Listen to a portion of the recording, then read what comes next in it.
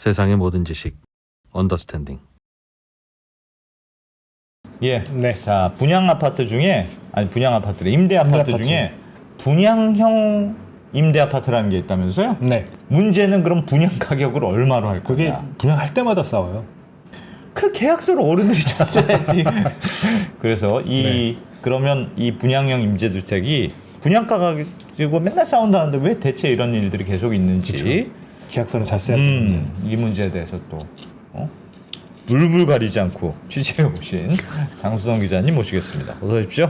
네, 안녕하세요. 네. 안녕하세요. 왜 이런 일이 벌어지는 겁니까?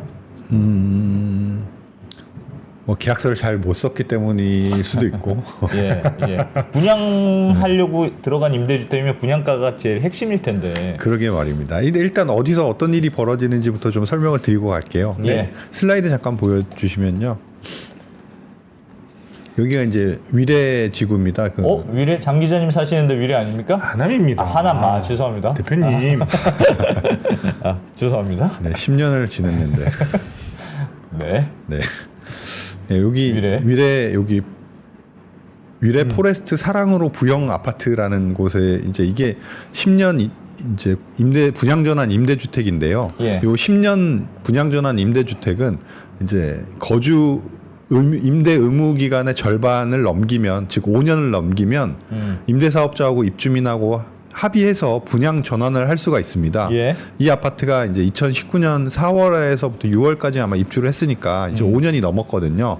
그래서 지금 한참 이제 분양 전환을 추진하고 있는데 임대 사업자가 부영이거든요. 이 부영이 분양 전환가로 그 85제곱미터형 전용 85제곱평을 12억, 134제곱 그러니까 49평 정도 되는데 이걸 17억 원대를 제시를 했습니다. 예. 그랬더니 이제 입주민들이 거세게 반발하고 있습니다. 이게 거의 여기 잠깐 화면 보시면 거의 시세보다 조금 싸게 거의 시세대로 분양 전환 가격을 매긴 거거든요.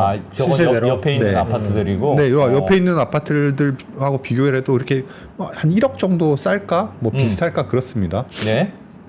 그러니까 이제 너무 폭리를 취하는 것이다. 분양가 여기 이제 위례 같은 경우에는 전체적으로 다 분양가 상한제가 적용이 됐는데 그래서 여기도 분양가 상한제를 적용해서 뭐 85제곱미터 경우에 5억 원대 우리한테 분양 전환해달라 이렇게 요구하고 있어서 격차가 어마어마하게 이제 벌어지고. 분양가 상한제를 적용하면 그렇게 쌉니까? 그러니까 분양가 상한제를 적용했었다면 쌌겠죠. 왜냐하면은 여기가 이제 처음에 이제 임대할 때 이 가격을 한 4억 원대 이 정도로 책정을 했었거든요. 그다음에 주변에도 뭐 한 5억, 뭐 5억에서 6억 사이에 그때 당시에 했으니까 그 가격, 그러니까 그대로. 분양가 상한제를 적용한 가격으로 좀 해달라는 그러니까 요구인데 건설회사인 네. 부영은 네. 17억의 분양 12억대 12억대 분양 받으십시오. 네, 입주민들은 5억에 해주십시오. 네, 이러고 있습니다. 너무 큰데요. 너무 차이가 큰데. 아니 그럼 계약서가 있을 거 아닙니까? 계약서가 있죠. 계약서 한번 보시겠습니까? 네. 네. 어른은 계약으로 말하는 거지. 여기 계약서에서 제가 발췌한 건데요. 예. 제가 읽어드리겠습니다. 분양 전환 가격 산정 기준은 입주자 모집 공고에서 정한 바에 따른다. 이렇게만 돼 있어요. 모집 공고문에 따른다. 네, 모집 공고문을 가보면 임대 사업자가 건설한 전용 85제곱미터 초과하는 주택은 네. 이 분양 전환 가격 산정 기준을 적용하지 않는다라는 게 입주 공고문에 있는데 이게 뭔 말인지 좀 설명을 해드릴게요. 네. 10년 분양 전환 임대 아파트 같은 경우에는 85제곱미터 초과 그러니까 미만인 주택은 네. 예. 그 지자체장이 선정한 이제 감정평가사가 이제 분양 그 감정가를 책정하고 네. 그 감정 가격보다 낮게 분양 전환가를 이제 산정을 해야 됩니다. 네. 85제곱미터 이하는. 작은 작은 아파트는. 네, 근데 여기 이 위례 부영 같은 경우에는 85제곱미터 초과형이거든요. 예. 그 85제곱미터 초과형은 여기 말씀드렸듯이 그 기준을 적용하지 않는다라고 이제 분양 공고문에 돼 있는데 예. 그 말인즉슨 이제 이게 건설사가 자율적으로 분양 전환 가격을 이제 산정할 수 있다 이렇게 이제 해석을 한 겁니다. 부영 측은. 네. 이게 이제 부영이 자의적으로 이렇게 판단한 건 아니고요. 뭐 판례도 있고 국토부의 유권 해석도 있는데 예. 85제곱미터 이상의 중대형 임대주택은 이게 이제 공공택지에서 이제 임대를 한 거긴 한데 조성 원가보다 낮게 산 건 아니고 감정 가격 뭐 시세대로 산 거고 그다음에 이제 보통 이런 공공 임대주택은 주택도시기금이라고 해서 이제 정부에서 이제 기금을 지원해서 저리에 뭐 그쵸, 싸게 빌려주죠. 싸게 빌려주거든요. 근데 여기 85제곱미터 이상은 그렇게 빌려주지도 않아요. 그러니까 이제 어떻게 보면은 공공의 돈이 안 들어갔다. 돈이 안 들어갔으니까 건설사가 어떻게 보면 자기 리스크를 지고 임대 사업을 하다가 10년 뒤에 그냥 분양 전환을 하는 거잖아요. 그러다 보니까 이제 분양 전환할 때 이 가격은 건설사한테 좀 자유를 줘서 건설사가 리스크를 진 만큼 이제 좀 분양 전환할 때 수익을 얻어갈 수 있도록 그렇게 좀 한 게 맞지 않느냐. 예, 이게 예. 이제 대법원이라든지 뭐 국토부의 판례면서 유권 해석입니다. 그러니까 즉 법대로 하면 뭐 부영이 이제 법에 어긋나지 않게 계약서를 쓰긴 쓴 거죠. 근데 똑같은 공공주택이지만 85제곱미터 이하는 국민주택 기금이라고 하는 공공의 돈이 들어갔기 때문에 네. 싸게 분양을 해야 되는 거죠. 싸게 분양한다기보다 이제 감정 평가를 할 때 지자체장이 이제 선정을 하는데 여기 같은 경우에 이제 부영이 그냥 알아서 그럼 그렇죠. 이번에는 부영은 어떤 식으로 그 가격을 정했습니까? 부영도 뭐 물론 이제 감정 평가사한테 가격을 매겼겠죠. 그래서 감정 평가를 해서 막 그 가격대로 가격이라는 게 뭐 시세를 반영해서 이제 감정 평가를 했을 거 아닙니까? 예. 그 가격으로 이제 분양 전환가를 제시를 했는데 아. 이제 입주민들은 부영이 이제 선택한 감정 평가사가 이 맞는 감정 가격이 너무 높다는 거죠. 너무 높고 아마 뭐 부영의 입김이 작용돼서 높게 산정되지 않았을까 뭐 이런 생각을 하고 계시겠죠. 반대로 지자체장이 감정평가를 하게 되면 아무래도 주민들한테 유리한 감정평가액이 나올 테고. 네, 그렇습니다. 아니 근데 뭐 주민들 입장에서는 감정평가 가격이 마음에 안 들 수는 있겠으나 네. 말씀하셨던 대로 계약서에는 85제곱미터 이상은 우리 마음대로 건설사가 마음대로 할 수 있어 네. 라고 돼 있고 그래서 우리가 마음에 드는 감정평가사를 골라서 감정은 평가해서 한 거야. 네. 싫으면 분양받지 마. 이런 입장인 것 같은데. 맞아요. 그 조금 야박하긴 합니다만 뭐 사실 뭐 딱히 틀린 말은 아닌 것 같은데. 근데 뭐 주민들은 왜 이거에 대해서 주민들도 이제 할 말이 있으신 게 예. 입주민들 같은 경우에는 부영이 이 아까도 말씀드렸듯이 분양가 상한제가 적용되는 공공택지를 싸게 이제 매입을 해서 5년만 임대했다가 지금 분양 전환을 하는 거잖아요.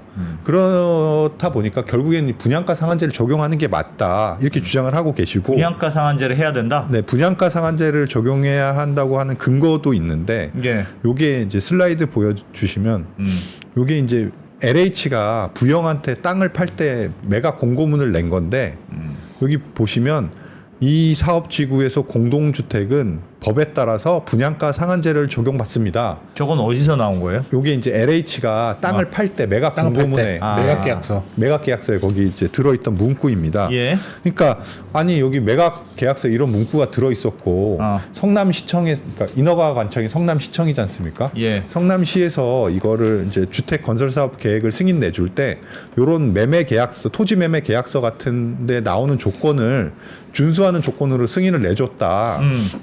이런 건 공문서이기도 하고 뭐 어떻게 보면은 그 LH랑 부영이 한 약속이니까 이 약속을 지켜라. 예. 라고 주장을 하고 계시고 아까 보여드렸던 그 계약서 있지 않습니까? 예. 요 계약이라는 게 어떻게 보면은 뭐 법에 따르면 명확한 뭐 어떻게 부영 입장에서는 법을 지켜서 계약서에 작성을 했다고 하지만 입주민들 보시기에는 이건 좀 두루뭉술하다는 거죠. 이 질문 있습니다. 이 문구가. 그런데 네. 그 LH에서 땅을 분양받아서 이제 부영이 먼저 건물을 짓고 그걸 네. 임대주택으로 분양형 임대주택입니다. 들어오실 분 들어오세요. 나중에 5년 있다가 분양받을 수 있습니다. 라고 입주민을 받았을 거 아닙니까? 네. 그러면 입주민이 들어왔을 때 이미 그 계약서를 봤을 텐데 네. 그 계약서에는 85제곱미터 이상은 맘대로 할 수 있습니다라고 써 있는 계약서였는데 그게 이제 그게 마음대로 아니었어요? 할 수 있다는 거는 이제 뭐 부영이라든지 그 부영의 주장이 있고 뭐 그게 뭐 사실 틀린 주장은 아닌데 예. 입주민 입장에서 보면 그 계약서에 나와 있는 문구가 명확하게 이제 우리 부영 맘대로 분양 전환 가격을 산정하겠습니다. 라고 명확하게 안내한 건 아니다 이렇게 이제 말씀을 하시는 거죠. 85제곱미터 이상인 경우는 네. 예외로 한다. 네. 이렇게 돼 있었잖아요. 맞아요. 근데 내가 85제곱미터 이상으로 갔어요. 네. 그러면 그건 예외를 적용하는 거니까 그럼 어떻게 적용하는 거냐고 물어봐야 되는 거 아닙니까? 사실 전례도 있어요. 이게 예. 이제 과거에 아까도 잠깐 말씀드렸는데 2019년에 판교에서 이 분양 전환 임대주택을 놓고 되게 이제 LH랑 주민들이 크게 이제 다툰 적이 있었거든요. 판교에서 그때 이제 2000 몇 년이요? 19년에요. 2019년에. 네, 근데 그때 이제 결과적으로 주민들이 이제 추천한 감정 평가사들이 이제 감정 평가를 한 가격으로 분양 전환을 했거든요. 당시 이제 분양 전환 가격이 한 60에서 70% 정도 됐어요, 시세에. 예. 그러니까 뭐 한 30% 정도를 주민들이 이제 가져간 건데 특히 그때도 그래서 제가 좀 찾아봤는데 신문 기사를 봤더니 2009년에 이제 판교에서 85 초과로 이제 임대를 한 임대 아파트가 하나 있었는데 동양 N 파트라고 이게 이제 조금 당시 기준으로 좀 명확하게 이거는 임대를 할 때 나중에 분양 전환 가격을 최초 공급 시점에서 당시 보금자리 금리 6.6%를 이제 더해서 나온 가격하고 그 가격으로 할 건지 그 가격 하나하고 이제 분양 전환할 시점에 그 감정 가격하고 비교를 해서 낮은 걸로 분양 전환하겠다. 그때는 명확하게 기준이 있었네요. 그건 그렇게 명확하게 기준이 있었고 계약할 때 네, 그건 아마 성남시랑 그 동양이랑 시행사랑 이제 합의를 해서 그때 당시 아까 85제곱미터 이상은 명확한 기준이 없었다고 말씀드렸잖아요. 네. 그것 때문에 이제 그 둘이 합의해서 그렇게 결정을 했는데 예. 이제 LH에서도 중대형 임대주택을 많이 공급했었거든요, 당시에. 근데 그때 하여튼 그때도 막 많이 논란이 있었는데 분쟁 끝에 결국에는 이제 지자체에서 추천한 감정평가사가 이제 감정 가격을 산정해서 분양 전환을 했어요. 85 이상도요? 네, 그러니까 엄밀하게 말씀드리면 뭐 법에 따르면 LH가 이제 자율적으로 그 분양 전환 가격을 산정할 수 있었는데 당시 분위기가 왜 판교 쪽에서 다 이제 주민들이 똘똘 뭉쳐서 이제 으쌰으쌰하고 분양 전환하겠다고 이제 그때 했었을 때고 또 지자체에서도 이제 좀 주민 편을 들어주다 보니까 이제 LH가 이제 주민들의 요구를 수용한 거죠, 결과적으로. 그럼 선례가 이미 있네요. 그렇죠. 그래서 이제 좀 시세보다 낮게 한 60~70% 가격에 분양 전환한 선례가 있습니다. 단결해서 판교에 사실 이번에 부영권 같은 경우에는 뭐 LH 매각 공고문에 분상제가 언급된 것도 그렇고 뭐 계약서 자체에서는 문구가 명확하지 않은 점은 분명히 있습니다. 제가 봐도 좀 그런 것 같은데 뭐 법적으로 따져봤을 때 부영이 주장하는 게 뭐 크게 틀려 보이지도 않긴 하거든요. 근데 이제 예를 들면 그러니까 이 계약서 자체가 이미 LH가 땅을 분양할 때 이 땅은 다 분상제 적용하는 땅입니다라고 공고가 돼 있었고 이 계약서는 그런 LH의 공고를 벗어난 계약서다. 예를 들면 지금 그런 주장인 것 같은데 그러면 이 가격을 올려달라고 할 게 아니고 요거를 소송을 해야 돼서 계약서가 무효입니다라든가 이 계약서는 LH의 분상제를 벗어나서 이상하게 된 계약입니다. 계약 무효 소송을 해달라거나 뭐 그렇게 소송을 해야 될 문제지 이게 우리는 무조건 분상을 해야 됐으니 5억을 해주십시오 이렇게 할 문제는 아니지 않나요? 일단 지금 분양가 전환 협상 중에 있는데 지금도 아직 뭐 그러니까 부영은 일단 조건을 제시를 했고 주민들은 이제 받아들이냐 받아들이지 않느냐를 놓고 지금 뭐 하고 있는 과정이고 아마 뭐 서로 이제 합의를 해서 그게 합의가 안 되면 결렬이 되면 뭐 소송을 가든지 뭐 다른 절차를 진행할 수는 있을 것 같은데 아직은 그 협상 기간인 것 같아요. 그러다 보니까 서로 이제 좀 힘겨루기가 있는 것 같아요. 근데 과거에 판교에서도 한번 해준 적이 있고. 근데 선례가 이렇게 있다라고 하면 사실 이렇게 나중에 분양가에 대한 기준을 명확하게 밝히지 않은 게 불안전 판매다라고 보면서 판단할 수도 있을 것 같긴 해요. 저도 그 말이 많이 이제 동의하는 측면이 있는데 이게 좀 아쉬운 게 아까도 말씀드렸는데 계약서는 부영한테 좀 유리하게 돼 있는 거는 같네요. 뭐 법률적으로는 그렇게 검토를 했겠죠, 부영에서도. 근데 어찌됐든 나중에 분양 가격이 그 분양형 임대주택을 입주하는 사람한테는 가장 중요한 정보잖아요. 근데 그게 두루뭉술하게 돼 있다라고 하면 아니 그러니까 제가 제일 이해가 안 가는 게 분양형 임대주택은 내가 분양을 노리고 임대주택 들어가는 거잖아요. 그렇죠. 그러면 얼마에 분양하느냐가 제일 중요한 문제인데 내가 이거 아파트 신규 분양 받듯이 싼 가격으로 들어갈 수 있는 거야 인지 아닌지 미리 그런 가격이 정해져 있는지가 가장 중요할 텐데 그게 정확하게 확인이 안 된 상태에서 계약서도 저렇게 약간 두루뭉술한 것 같고 어떻게 이런 일이 일어날 수 있나? 그게 좀 미스터리하네요. 저는 그 당시에 이제 미래 지역에 이제 다른 분양 주택은 엄청난 경쟁률이 있었죠. 그렇죠. 몇십 대 1이었는데 당시 이 주택은 막 완판되지 않고 미달이 났던 걸로 알고 있어요. 예. 당시에도 뭐 어느 정도 조금 불안하다, 그러니까 그 시세 차익을 누릴 수 없다는 생각을 하신 분들도 있었을 건데 예. 일부는 또 예를 들어서 뭐 LH나 당시 그 판교 때 상황을 보면서 뭐 이렇게 들어가더라도 일부 시세 차익을 볼 수 있지 않을까? 뭐 계약서를 봤는데도 좀 두루뭉술하고 분상제가 적용된다는 문구도 있고 하니까 그 약간 그런 기대감을 갖고 들어가신 분들도 일부 있을 것 같긴 해요. 근데 좀 저도 아쉬운 게 예. 당시만 해도 뭐 많이 싸울 때였었잖아요. 2019년에 한참 판교 사태, 판교 그 분양 전환 가격 그게 이슈화 됐을 상황이었는데 예. 뭐 입주민도 그렇고 부영도 그렇고 그거에 대한 문구라든지 조건이라든지 이런 것들을 좀 명확하게 하고 지나갔었으면 지금과 같은 사태는 부영은 그냥 모른 척하고 있었겠죠. 부영은 최대한 별말하지 않도록 그냥 지나가겠죠. 네, 당연히. 뭐 그렇게 하지 않고 갔던 게 저도 좀 안타깝고 좀 아쉬운 면은 있어요. 야. 이게 사실 이게 임대주택 분양 전환 문제가 뭐 하루 한두 개 싸운 게 아니고 지금까지 뭐 저희 그 언론 그걸 검색해 보니까 30개 단지 이상 이렇게 막 다툼이 있더라고요. 그렇죠. 다툼의 이유도 대동소이해요. 그 뭐 임대주택 공공 임대주택의 한 종류인데 뭐 정부의 어떤 직접적인 지원을 받은 것도 있고 예를 들어 기금 지원이나 이런 것을 받은 것도 있고 뭐 일부 공공택지에서 싸게 이제 분양을 이제 매입을 한 경우도 있고 해서 어쨌건 건설사가 좀 유리한 조건으로 땅을 갖고 임대를 하는데 임대하면서 또 임대료 보증금 받고 보증금으로 이제 뭐 건설비 되고 월세 받아서 이제 또 그 수익 챙기고 마지막에 시세 차익까지 보냐 그걸 게다가 다 가지고 왔느냐라고 이제 보통 항의를 많이 하시고 입주민들은 입주민들은 그러하죠. 임대사업자들은 뭐 이미 분양 전환 가격에 대해서 어느 정도 법적으로 다 고지해야 될 건 고지했고 입주민 스스로도 분양 전환 가격에 대해서 어느 정도 알고 있었는데 이제 와서 집값이 많이 올랐다고 이렇게 그걸 쉐어하자고 하는 건 너무 이제 떼법 아니냐 뭐 이렇게 이제 많이 싸우세요. 근데 이게 뭐 제가 말을 복잡하게 했지만 이 분양 전환이 되는 시기에 집값이 너무 많이 오르면 어떻게 해도 그 뭐 싸울 수밖에 없죠. 싸울 수밖에 없어요. 그 이 시세 차익을 누가 가져가느냐를 두고 막 이제 싸움이 생기기 쉬운 그렇겠네. 구조인데 어. 뭐 사실 선례가 또 한 번 남아 버렸잖아요. 그러니까요. 판교 때 그 법과 그 선례가 있기 때문에 이런 갈등이 계속 반복되는 그런 상황이 지금 펼쳐지고 있는 거죠. 아. 네. 근데 저는 궁금한 게 예. 그 아까 전에 잠깐 말씀하셨던 것 같은데 그 85제곱미터 네. 이하는 별로 지금 분쟁이 없잖아요. 왜냐하면 거기는 확실한 기준이 정립돼 있으니까. 기준이 그냥 지자체에서 정한 감정평가사. 그거는 공공의 그래서 한다. 돈이 들어갔으니까. 그러니까 그 하여튼 심판이 그냥 감정평가사를 정한 셈이니까 예. 그건 건설사가 유리한 것도 아니고 입주민이 유리한 것도 아니니 그건 받아들일게. 그건 이런 입주민이 좀 유리하죠. 왜냐하면 아까 뭐 말씀하신 것 같은데 그 지자체에서 선정한다는 것 자체가 그 지자체장이 이제 선거로 뽑히다 보니까 주민들의 의견을 좀 반영할 수 반영해서 네. 그거는 그럼 기준이 있어요. 근데 네. 85 이상 큰 대형 평수에 대해서는 네. 왜 그런 기준이 애매하게 돼 있습니까?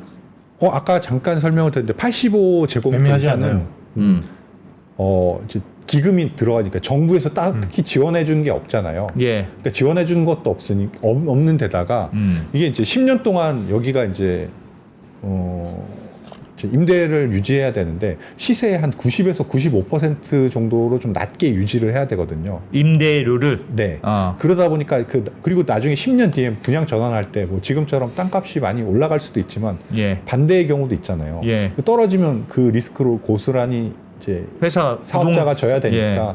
그러니까 분양 전환을 해서 만약에 이렇게 시세 차익을 먹을 수 있을 경우라면 니네가 시세 차익을 먹으면서 어떤 그런 리스크에 대한 대가를 가져가도 좋다라고 이제 생각을 해서 분양 전환가는 니네 이제 마음대로 해라. 정부에서 크게 간섭하지 않겠다라는 게 이제 일종의 룰이었는데 그게 사실 잘 알려지지는 않았죠. 명확하게. 왜냐하면은 85제곱에 초과하느냐 미만이냐에 따라서 이렇게 갈리는 거에 대해서는 입주민들이 명확하게 인지를 했었어야 되는 것 같긴 한데. 예. 네. 저도 질문이 하나 있습니다. 네. 아니 이게 잠깐만 요 얘기만 조금만 마무리하면 네. 조금 이상한 게 그러니까 예를 들면 뭐 지금 시세가 올랐지 않습니까? 시세로 오른 거 가지고 이제 건설사가 좀 더 먹을 거냐 아니면 입주민이 좀 더 먹을 거냐 가지고 사실 파이를 가지고 싸우는 건데 네.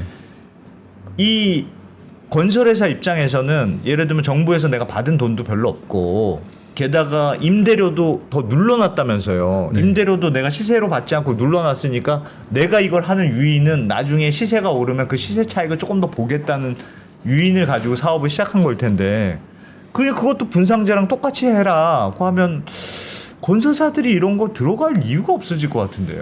이 사업이 제대로 과연 돌아가겠느냐. 정부 입장에서는 그렇게 생각도 하고 그렇게 설명도 하시긴 해요. 그렇게 하면은 이제 누가 임대 사업을 하겠느냐. 그렇죠. 그거는 좀 걱정되는데요. 네. 그러니까 이번에도 판교 사례가 있어서 네. 이렇게 막 하면 여론도 있고 해서 조금 뭐 협상을 통해서 뭔가 조정은 될 것 같긴 한데 뭐 그건 모르겠습니다. 이제 부영의 입장이 이제 중요한데 부영이 이제 주민들의 주장을 받아들일지 아닐지는 몰라요. 아닐지는 아직 모르고 뭐 지금 현재로서는 뭐 법대로 하겠다는 것 같아요. 현재로서는. 네. 근데 사실 그 공공택지가 무조건 여기다 임대주택을 지어야 한다는 건 아닌 거죠.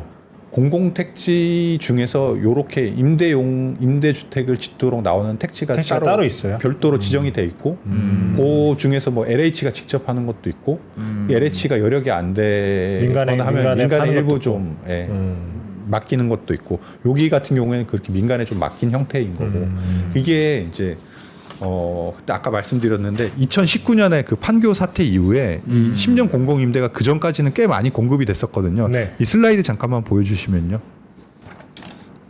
이게 이제 이 공공 분양 전환형 임대주택이 이때 그 2006한 6년 5년 이때부터 꽤 많이 공급됐다가 이제 판교 사태. 판교 사태 때 끊겼고 이제 그 뒤로는 공급을 안 하는데 그 전에 이제 왜 허가가 된 곳들은 이제 좀 몇 군데만 좀 곳들? 남아 있는데 그래도 왜 19년, 20년, 21년에 공급이 좀 됐어요. 그래서 이게 네네. 이제 여기도 이제 남아 있겠네요. 네, 19년에 분양한 게 지금 이제 이렇게 지금 싸우고 있는데 그때 그 아직 남아 있는 조금의 물량들이 좀 있어서 이런 세태가 조금 재현될 수도 있죠. 이제 19년께 이제 나오는 거면 이제 20년, 21년 네, 더 뭐 많은 그게 이제 많겠네요. 5년 차에 나올 수도 있고 그 전에 했던 게 이제 10년 되면서 분양 전환하면서 이제 이렇게 갈등이 빚어질 수 있는 것들이 좀 남아 있죠. 네.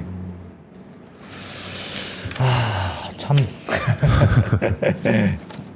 아직도 이런 사례들이 좀 남아 있다. 네. 어떻게 해야 되겠습니까? 그래서 이게 사실 그런 생각은 맞긴 맞는 게 그러니까 어차피 LH라는 공공기관에서 땅을 이렇게 개발한 건데 그래서 너희가 땅 싸게 들어온 거 아니니 그러니까 너희가 그 개발이익을 다 먹는 건 솔직히 좀 그렇지 그런 정서가 사실 있는 거잖아요. 네.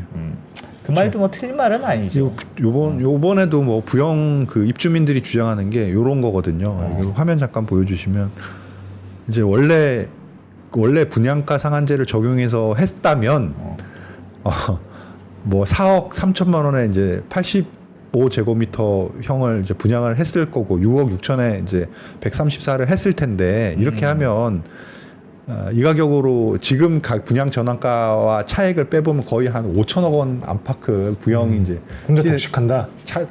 차지한다. 이게 너무 과한 거 아니냐 뭐 이렇게 주장은 하시긴 해요. 이쪽 부영 입주민들은 계약서를 잘 보셨어야지. 이게 이제 예. 같은 분양 전환이라도 사실 5년 만기 임대주택 같은 경우에는 그렇게 큰 잡음은 없거든요. 왜냐하면 이거는 이제 5년 그거는 원가랑 분양 전환 감정평가의 금액 평균 즉 이제 오를 때는 조금 쉐어하고 떨어질 때도 좀 리스크를 이제 같이 쉐어하는 그런 컨셉이거든요. 근데 10년 전환은 이제 감정평가 금액으로 하다 보니까 오롯이 이제 가져가니까 이런 싸움이 계속 벌어지는데 뭐 10년 공공임대도 5년 임대처럼 그렇게 약간 수익을 공유하는 형태로 설계를 했으면 어땠을까 하는 생각은 있는데 이것도 뭐 물론 이렇게 했을 땐 뭐 일부 부작용 반대급부가 있겠죠.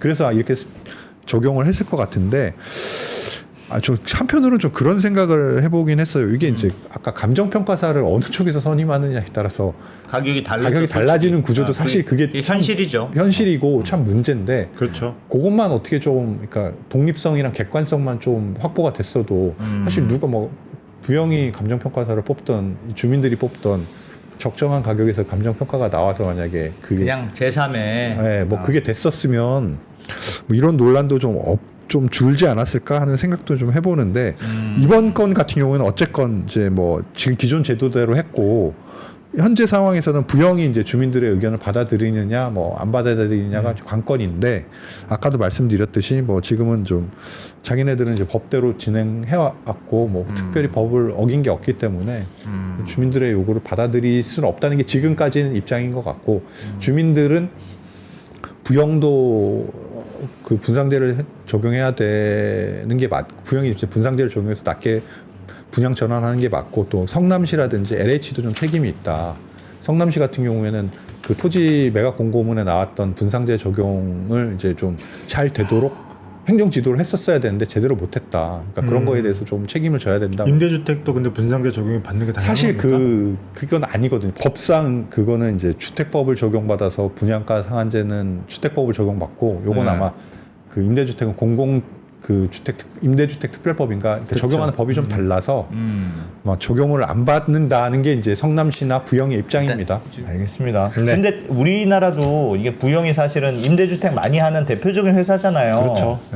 그래서 기업형 채팅창에서도 한번 나왔는데 기업형 임대주택 사업자 우리나라는 진짜 없는 편 아닙니까? 그렇죠. 그래서 진짜 없는 편이고 이거를 어떻게 자꾸 키워낼 거냐. 그래서 우리가 물론 지금 전세제도라는 게 있어서 뭐 그렇긴 합니다만 이게 뭐 전세제도 각종 부작용이 있고 하니까 뭐 이게 조금씩 임대형 모델로 우리도 가야 되는 거 아니야. 그래서 뭐 한국형 리츠가 필요한 거 아니냐. 뭐 여러 논의가 있는데 이런 분양형 임대주택에도 이렇게 잡음이 있으면 뭐 어떻게 이 기업형 임대주택을 하게 될지 그런 고민은 좀 있네요. 물론 뭐 주민들 입장에서 너무 비싸다 억울하실 수는 있겠으나 뭐 좀 조정 잘 해보시는 건 뭐 좋겠습니다만. 근데 사실 부영이라는 회사가 공적인 역할도 하기도 했지만 남들이 안 할 때 국민주택기금을 굉장히 싸게 사서 싸게 빌려와서 굉장히 많은 임대주택을 지어서 또 재벌이 된 것도 맞기도 해요.